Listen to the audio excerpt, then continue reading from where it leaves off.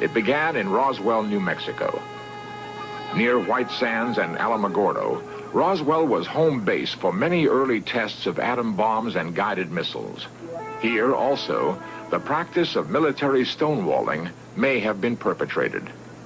The case began when Roswell businessman Dan Wilmot witnessed an amazing object over the town. His son tells the story. This was their home in July of 1947, and it was one summer evening. They were sitting out here. Dad looked up in the west and saw an object that came down and had lights blinking, and it was rather frightening to him, but he said all of a sudden it seemed to rock a little bit and sort of counterbalanced itself, wiggle a little bit, then seemed to settle down and take off at a rapid rate of speed. The next day, reporters heard that the Air Force had found fragments of the mystery object crashed on a remote ranch northwest of Roswell. Excitement ran high until officials announced it was only a weather balloon. Major Jessie Marcel, in charge of the operation, now tells a far different story. They took pictures, of course. They had a whole flock of microphones there. They wanted me they wanted some comments from me, but I wasn't at liberty to do that. So all I could do is keep my mouth shut. And General Ramey is the one who discussed, told the newspapers, the newsmen, what it was and to forget about it. It was nothing more than a weather observation balloon. Of course, which we both knew differently. Major Marcel had to keep silent because of his strategic position at that time.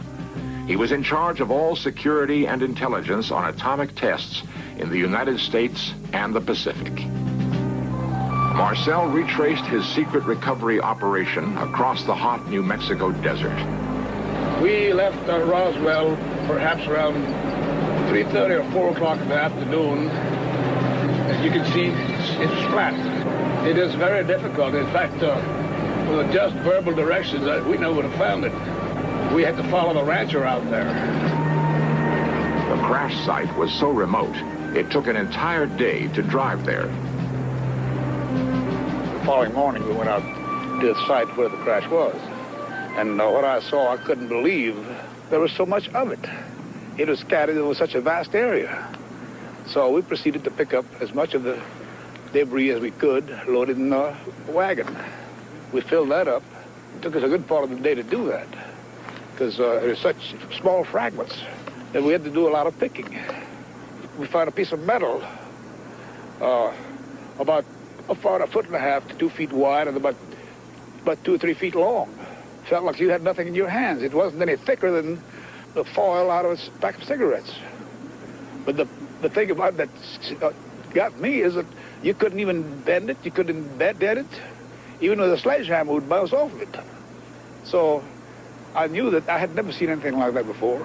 And as of now, I don't know what it was. There is new evidence that the FBI then got into the case with a different cover story. Lawyer Peter Gersten, searching through declassified government documents, came across a mention of the Roswell case. One of those documents related to an incident in Roswell, New Mexico, which indicated that the object which had crashed was an experimental kite. The FBI investigated the incident and determined that it was terrestrial, that it was from an organization which had been doing research in experimental kites. What did crash in this desert? A UFO? A weather balloon? A radar-reflecting kite? It was not anything from this earth that I'm quite sure of. Because being an intelligence officer, I was familiar with just about all materials used in aircraft and in our air travel. This is nothing like that. It could not be. It could not have been.